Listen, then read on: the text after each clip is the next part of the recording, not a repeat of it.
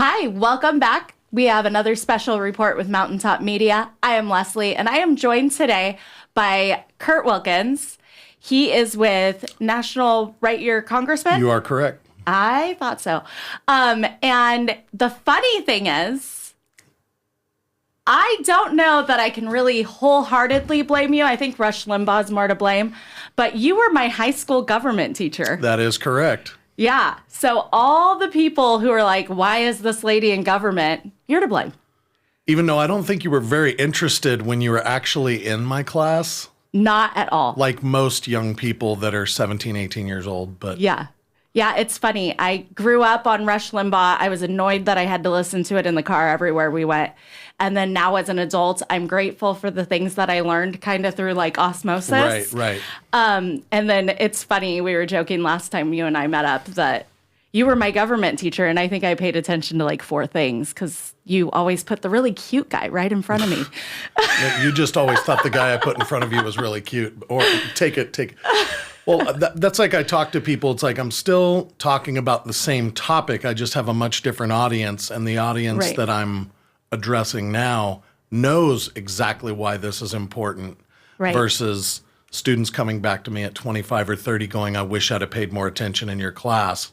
Because now I get it. Yeah.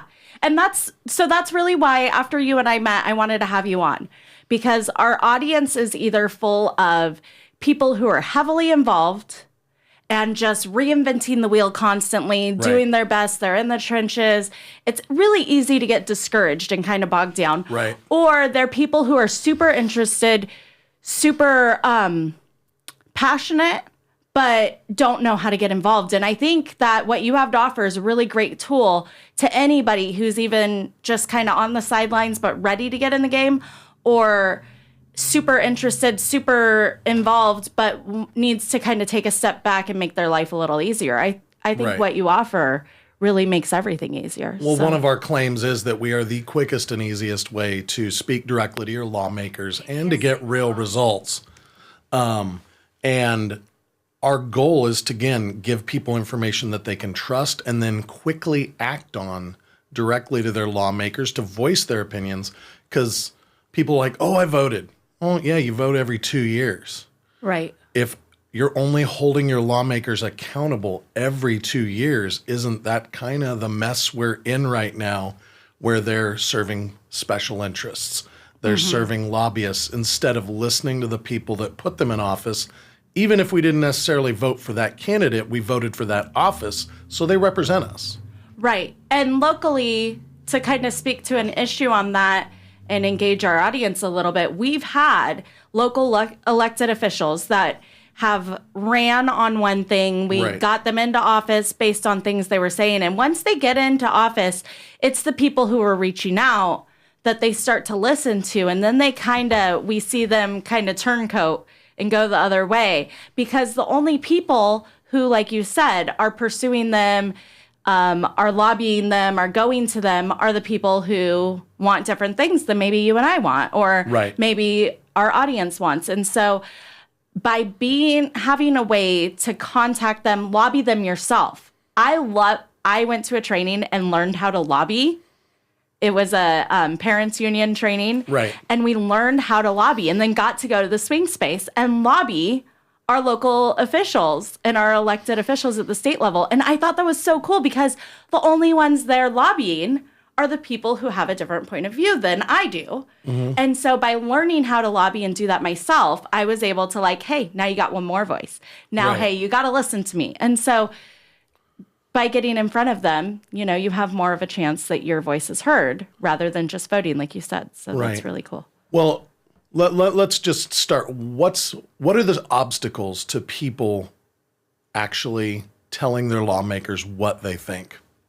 I would say gatekeepers would be the biggest obstacle. Okay, so how do I get a hold of them? Right. And that's what I mean by gatekeepers. Locally, if you know who your local congressman is, and you don't know how to get a hold of them, you're going through 5 to 10 people before you get to him.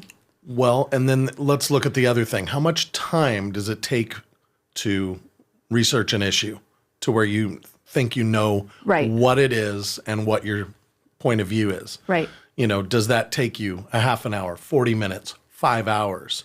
And then how do I write that congressperson and get that message to them? How long does that take you? A half an hour, 40 minutes, or an hour? Our whole goal is to make things as quick and easy. So our research department would put out an action alert on an issue that's coming up for a vote that we often don't hear about until after it's either passed or failed. It gives a neutral summary. This is what the bill is really about.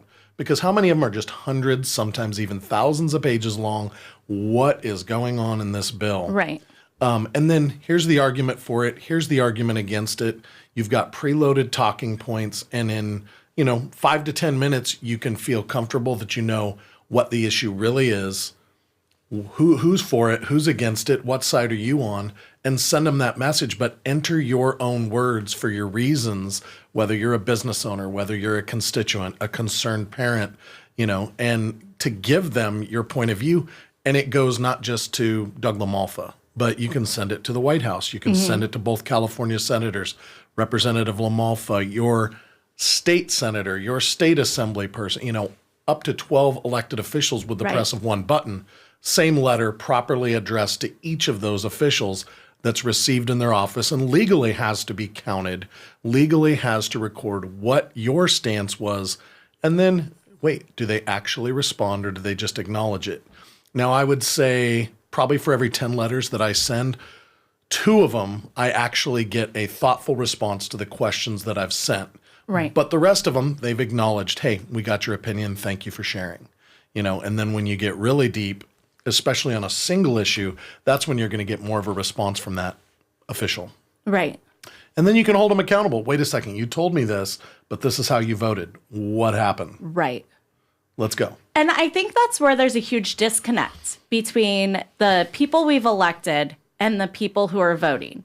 Is why is there no communication on this is what you stand for and this is how you voted? And what you have to offer actually has a count of how people voted on each issue, correct? Right. Correct. So you could go back and look at that, and then you can write them not only on something that's coming up for a vote, but you can write them and say, hey, how come you voted on this? Right. Whether you receive our alerts through email, whether you receive them and look at them on our website, whether you're using the app, which is designed to be really fast because you can access it anywhere. The e-voter feature notifies you in real time how they're voting. And there's a link right up in the corner that you can click on that. And it goes not only to, say, Doug LaMalfa, but would also go to the White House, go to both California senators, or if it's a state issue, would go to the governor, would go to all of your state officials all at once saying, wait a second, you told me this, you voted this way.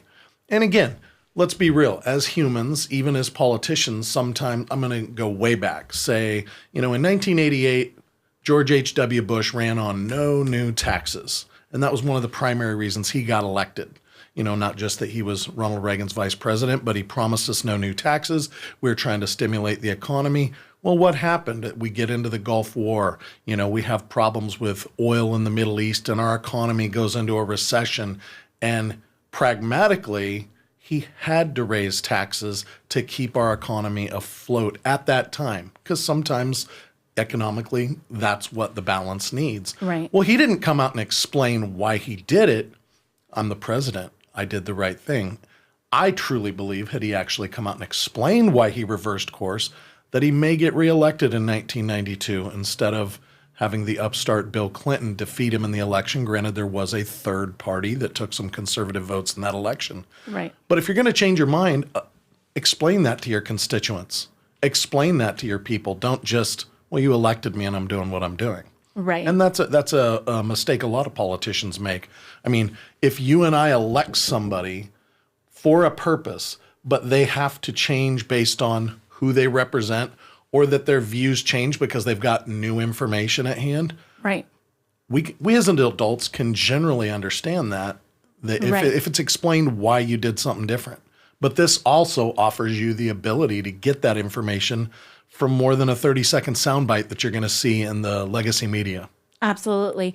And, that being said, you're from the Butte County area, Utah and Corning, where I grew up. So, Doug Lamolf has been at every big event since I was a young kid. Right. And so he was at my Miss Tehama County pageant. He was one of the judges, and your wife did my makeup. So it was, you guys were all there. And so for me, when I hear oh, Doug did this, he didn't vote this way on this, whatever, I'm like, but I know him to know that he cares. And then I have the privilege of being part of the GOP, so I get to hear his weekly updates and monthly updates and know why. Okay, so, sorry, he voted this way because this, and this factored in, and to get this, he had to do this and this, and so I get that. The normal people don't get that. They can get something like that through your service. They can say, this doesn't make sense to me. And if you're looking at something and something doesn't make sense, this gives you the ability to ask a question. Right. And because you said you have researchers, they give you a lot of the details. Right. This is really what's in the bill, because a lot of times what's being voted on, people either don't know because it's worded in a way to confuse you, or the media companies have no clue what they're reporting on. And so then they misrepresent something. They're bowing to their sponsors. Right. And so then a vote comes across and they're like, well, why did you? And they don't realize if they had read all the talking points that your researchers put time in to do, then they can see, oh, this is actually what's really in this bill. Right. Well, again, when people ask, okay, so why are we paying for this membership? Well, you're getting this nonpartisan legislative analysis. And really that research center is at your disposal. Because 3 times in leading up to this election, I'm reading something, and I've been a political geek since I was a young kid. Even as an elementary school student here in Reading, we picked our teams at recess based on who were we voting for, Reagan or Mondale. Yes, I'm old. And that group, anyway, I won't even get into that. But I've always been interested. But I understand what I'm reading. I understand how government works, and some of these bills and some of these propositions are, let's just say it, deliberately written in a deceiving way to get the desired result for the party that's pushing that proposition, no matter who that might be. 3 times in this election, I sent propositions to our research center, and they dug into it, and then they sent out alerts, not just to me, but to all of our California members saying, hey, this question's been asked. Here you go. Speak up and, talk on that. Or I kept seeing on Netflix or whatever streaming service it was, in California, AB 886, and they were purporting to be supporting independent media.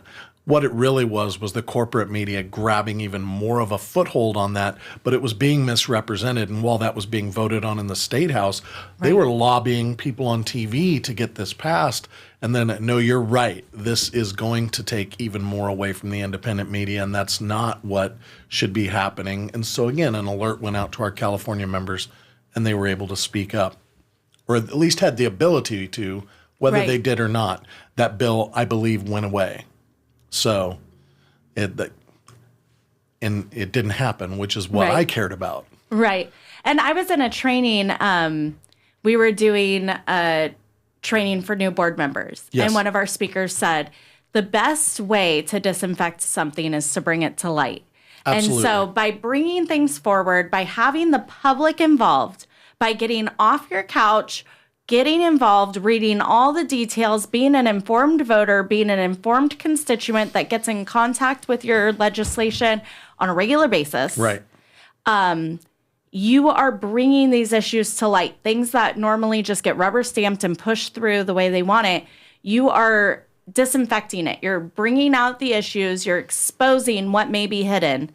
And you're allowing everybody to see what is really at the root of some of these issues. And that, to me, is super cool, because for too long, too many people in our area, especially, I would say, have been asleep and said, oh, well, we're a conservative community. We don't need to worry about this. The people we elected had an R by their name, so we're good.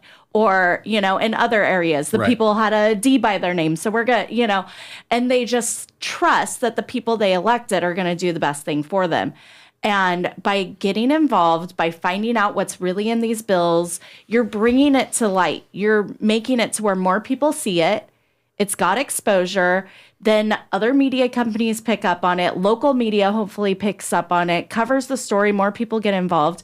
I think anything that brings information to the everyday public is perfect.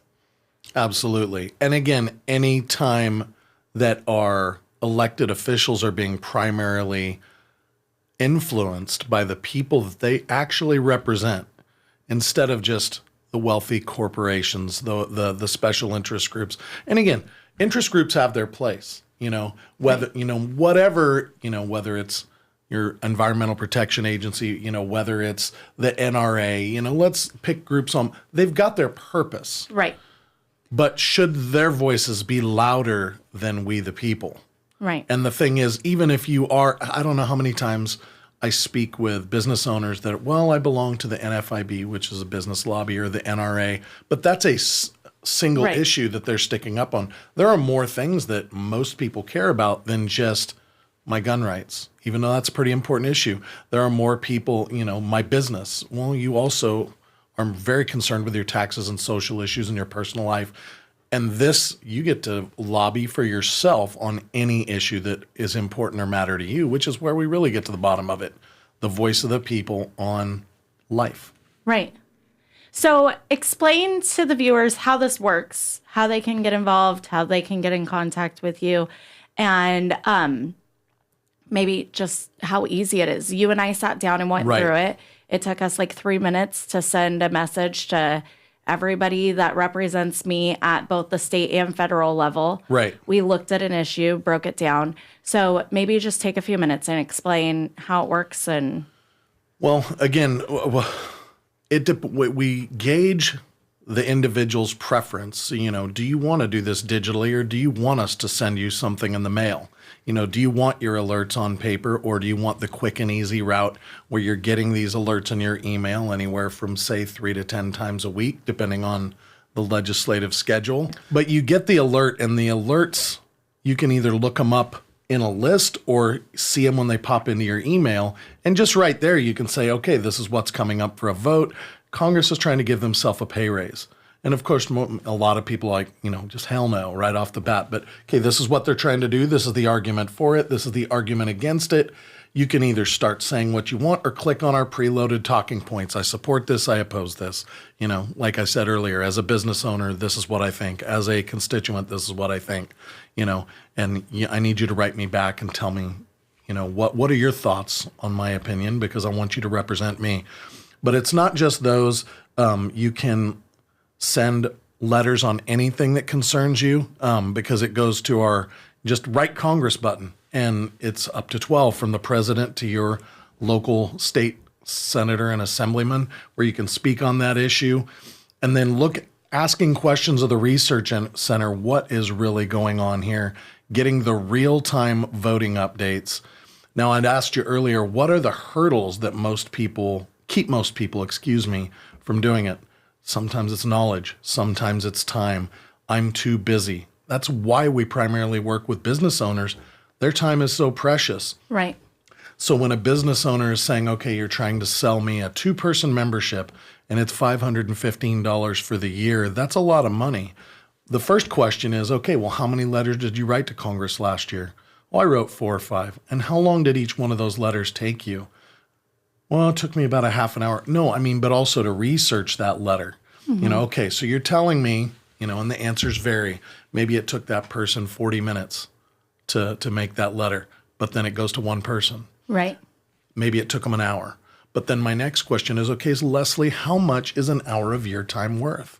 And most small business owners are going to give me a number somewhere between $150 and $500 an hour.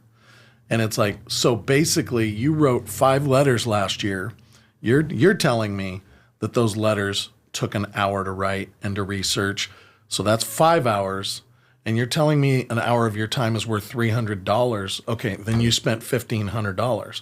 So to do the same thing through us, you've saved yourself $1,000, and it's a tax deduction.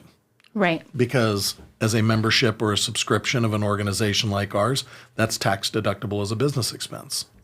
even though that's not the primary reason to join with us. The primary reason to join with us is, let's look at our mission statement right here, which to encourage responsible Americans to use their influence in government to preserve the freedoms set forth by our founding fathers.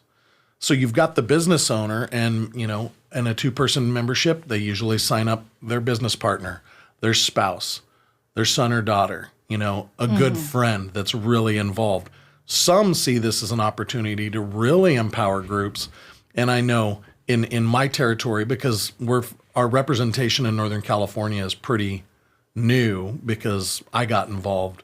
But some sign up 5, 10, 15 of the people they know to empower them to speak up because they know they're frustrated too. And this gives them an avenue to voice that frustration to the people that it matters, instead of just people that can't do anything about it at a barbecue or a bar or a church or wherever they're voicing their frustrations. And, that's the thing, is to really empower the voice of the people, whether it's a single membership or whether, I know in other parts of the country, some businesses, they include it as part of their employee benefits program for 100, 150 people at a time.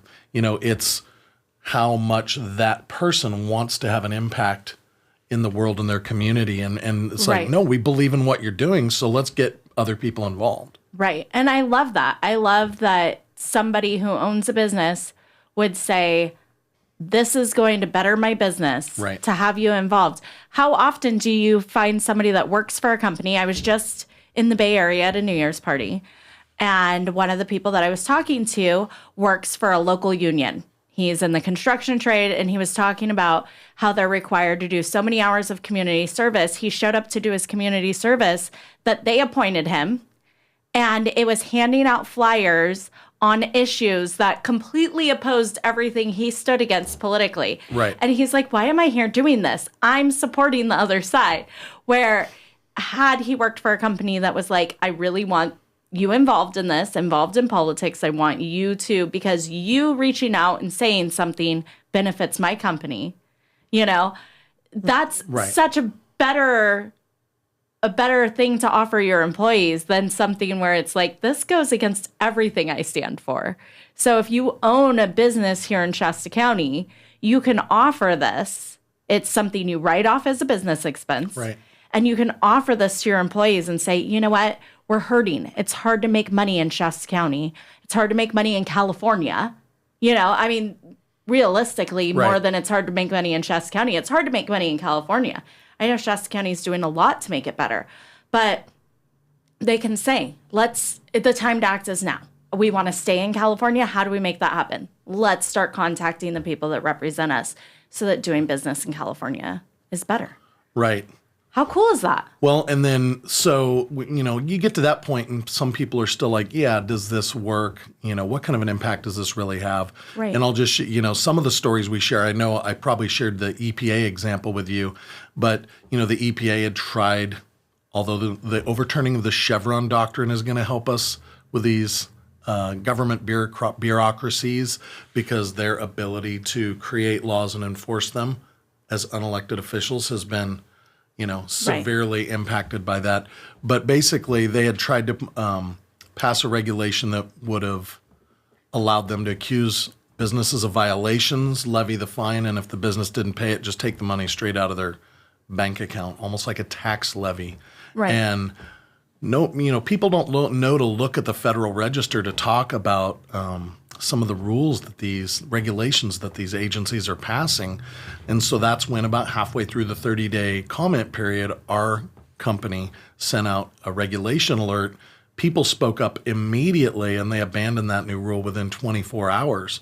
And of course, you're like, oh, that's a lot of people. It only took 804 people speaking up to get the EPA to back off, even though that doesn't mean people didn't keep using their voice to say, don't do this. But they're just like, hey, we stopped. Right. Now, not all agencies go that quickly. 2 summers ago, the United States Department of Education tried to mandate that critical race theory would be mandatory curriculum in schools in all 50 states. And it took more like about 6 weeks and about 35,000 people speaking up. But finally, Secretary Cardona came out and stated that we will no longer participate in trying to prescribe curriculum for the states. That was a reserved right for the states, which I'm like, no kidding, just read the Constitution. That's part of it. Right. And he's like, the people have spoken and the states will decide for themselves if this topic will be part of the curriculum, which, you know, local government, local control, even though in California, more than likely that'll find its way in based on the politics of our state. But that's California deciding, not being told by, or even districts deciding, not being told by Washington that you have to do this. Yeah, no, in California, you have school boards that make decisions. And then Newsom says, we're going to mail those books to each of the individuals in your district and you're going to like it. So that's a whole nother issue. Yes, it is. But that's amazing. And like you said, how much money is your time worth? How much money is taking this? And that's what I was saying when we first brought you on, was reinventing the wheel. Right. You know, the same thing happened with the forced COVID vaccine on school-aged children. We did a walkout here. The amount of time, effort, and energy to get Shasta County to show up, have 46% of the county show up, say, we will pull our kids if you put a mandatory vaccine. That then sparked a letter from all the school boards, went to the Capitol, the California State Capitol. It's circulated. We have through PRAs where it's circulated and they pulled the vaccine. But that was a lot of work. That was a lot of time. It was a lot of energy. It was a lot of work.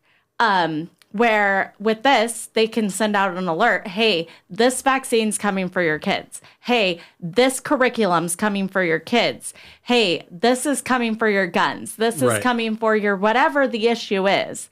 And you can mobilize this huge tax amounts relief of people. is expiring. Speak up, you know. Yeah. And then one more thing I wanted to point out that I know people get in touch with their local officials for. I have people reach out all the time. Hey, I've been working for 6 months to get my VA benefits and I'm getting denied. I've been working for 6 months to get my, Social Security disability or, something that they're getting for whatever reason they're getting it and it's not working out. And just because I do what I do and I'm involved in what I'm involved in, I'm like, oh, hey, did you know you can contact Doug LaMalfa's people? And that's what they do. That's why they have staffers and they contact those agencies for you. This is another one of those avenues. They can reach out through this and write their congressman. They can write their assemblyman directly and say, hey, I served in our military for 12 years. Right. I have this issue going on. This is getting denied. Can you please look into it? Well, and it's not just, you could click on, I'm looking down at my iPad now to the app, but you can, send the message, like I said, through Right Congress, where you just, pull that out and say, Doug, I need help with my veterans benefits. And you do that, even though you can also include other officials on that. Or if you don't think that writing the letter is being direct enough, you want to talk to somebody right now. The beautiful part is that when you go click on his face right here in the app, that you find all the information for his offices and you can take that phone number and call his Reading office, call his Yuba City office, call his Chico office, call his Washington, D.C. office, and talk to somebody about that, like you said, to get some of the staffers to help push that forward to his desk. Right. And that's awesome. And so many people don't even realize that's a tool that's available to them. So many people don't realize that when you have a local elected representative, that they have an entire team that works for you. Right. You're the constituent. They work for you. That is their way of making it to where when they represent so many thousands of people and they personally cannot take every single one of your phone calls, emails, they have staff in each area that work for you. Right. And these people are there to answer your questions, to help you. And then when they don't know the answer or it's something that that person needs specifically, they're the ones responsible for getting it to that person. Right. And that's really cool. Well, and I know you mentioned earlier, Doug does get out, and he's served, I don't know I can't remember if this is his 7th or 8th term in Washington representing our district, which has changed sizes at times. But I mean, geographically, it's one of the largest districts, not just in California, but in the United States, other than the single district states Right. in the middle of the country. But from the Yuba City area, all the, even sometimes over into Placer, that used to be a part of our district, all the way up here, it's like, oh yeah, Lamalfa's been in my shop. I've met Doug, this and that. Granted, it's not as much like in the Chico area where I talk to people and they're like, oh yeah, I'm barbecuing with him tonight, Right. But like you said, he was at the Mistama County pageant. I first met him because he was watching his son play basketball in a tournament at Corning High School, but you see, he does a good job of being out and meeting people, whether you feel like he's representing you well or not, which most of the people in our district do, but like Lincoln said, you can't make everybody happy all of the time. Right.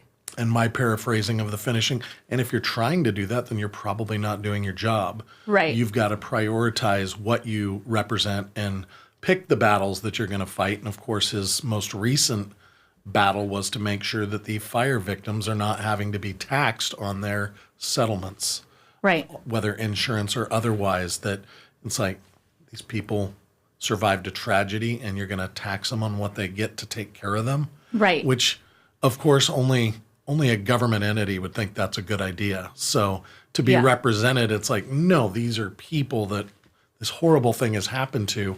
Right. Why are we taxing them? It now already costs them twice as much with all the Right. new California state things that they have to put in when they rebuild their home. Let alone inflation. Right. And then you're going to tax it. So then you're going to take, When the home that way back when they built for $70,000 or $80,000 now costs $600,000. Right. Even Yeah. if the insurance is coming, it's like it's not equitable. So why tax anyway? Yeah. I know that's just one of the recent issues that he's really pushed that does affect a large portion of our district. Right. Yeah. So, And growing up, I don't remember there being fires like there are now. So, I mean, I know that's a whole nother issue, but and that gets into why you believe that's a problem, and there are many Right. different ideas about that. But some of those questions can be answered through the research team that you have. absolutely, That does that. Well, and you can, instead of, again, voicing your frustration about that at church or in the backyard or at a bar or wherever you happen to be speaking to somebody that is taking the time to listen, send that to your elected officials and say, do something about it. This is the problem. Whether you believe it's mismanagement or climate change or whatever your views are, represent those to your elected official. Yeah. All right. Well, how do people get in contact with you? Well, it's really easy. I mean, most of the time I contact people either through walking into their business or in referrals from friends of people I've talked to. But people can contact me directly through my phone or my email and set up a time. It only takes about 15 to 20 minutes. You mentioned, it took us about 3 minutes to do the letter. And that's how you show people, okay, we're getting your opinion. This is what we do. It does help me identify what's important to you. And then, if they're interested in seeing what we do, that's when it takes about 15 minutes to run them through and show them what we offer, how it works, how it looks, make sure that they know who we are, who we're not. We're very clear. We're not a lobbying organization. This is about you. This is about your views. It's not what's important to the company. What's important to the company is that responsible Americans influence their lawmakers, and that we preserve our constitutional freedoms. I'm not sure when those became partisan to some, but the Constitution protects all of us, no matter which party we support. Right. And that's the way America is. So my phone number is 530-514-6878. And that they can get a hold of me and we could set up a time and sit down for 20 minutes and they'll know if this is for them or not. And again, it runs from, a single membership all the way up to some people, support a small village in terms of who they empower, but that's completely up to the individual and what they want to do. My business email is KWILKINS, so K Wilkins NWYC, the initials of our company, at gmail.com. Either way, they could contact me and we could set a mutually convenient time to, get their opinion, send it to Congress on an urgent issue. Right now, we're talking to a lot of people about immigration reform, preserving tax relief, healthcare issues, as well as, all of a sudden I'm blanking on the third issue, and sending that letter in, because those are things that people, whether they believe one way or the other, are very concerned about right now. Hot button topics in this recent election as well. Right. Absolutely. Well, thank you. Okay. Always good to see you. And if people need to get in touch with you, they have that? Yes. Yes. Once again, you can call me. My name's Kurt Wilkins. I represent National Write Your Congressman. And our website is nwyc.com. Even if you called the home office in Richardson, Texas, and told them you're in Northern California, they know I'm here. But it would be more convenient to contact me directly, 530-514-6878. I don't know. Are you able to post anything visually? I do have a handout with that information on it that I could provide for you if that can be posted. Yep, I could put that in the comment section. I can put it at the end of the video. That'd be perfect. And again, in that, I give a brief explanation of what we've talked about, what we provide, what it enables people to do, and who we are, and what we're trying to accomplish. Perfect. So, and then if for some reason you missed a number or it's not coming through clear, comments, message us. Like I said, he was my high school government teacher. I'll get you in contact. And my contact information is available on the bottom of the handout that I'll give you. So I will get that posted at the end of the video and in the comment sections. Anybody that's got questions, comments, concerns, wants to get in contact, we'll make sure they get in contact with you. But thank you so much. Well, thank you for having me on. I always love talking about this, and I definitely want to spread the word, because one of the reasons I did get involved with this company is I know so many of us in the North State feel like, especially in California, that our voices are not heard or not heard often enough. And I truly believe part of the reason is because we haven't used them enough. Right. And, the squeaky wheel gets the grease, and whether we're one of the smaller wheels in the state or not, unless we speak up, how can we be properly represented? Right. And that's exactly the point. Too many of us have sat by and tried to watch our government work for us instead of making sure and holding them accountable. And people are waking up and they want to use their voice. Absolutely. Thank you. Yep. Thank you, Leslie.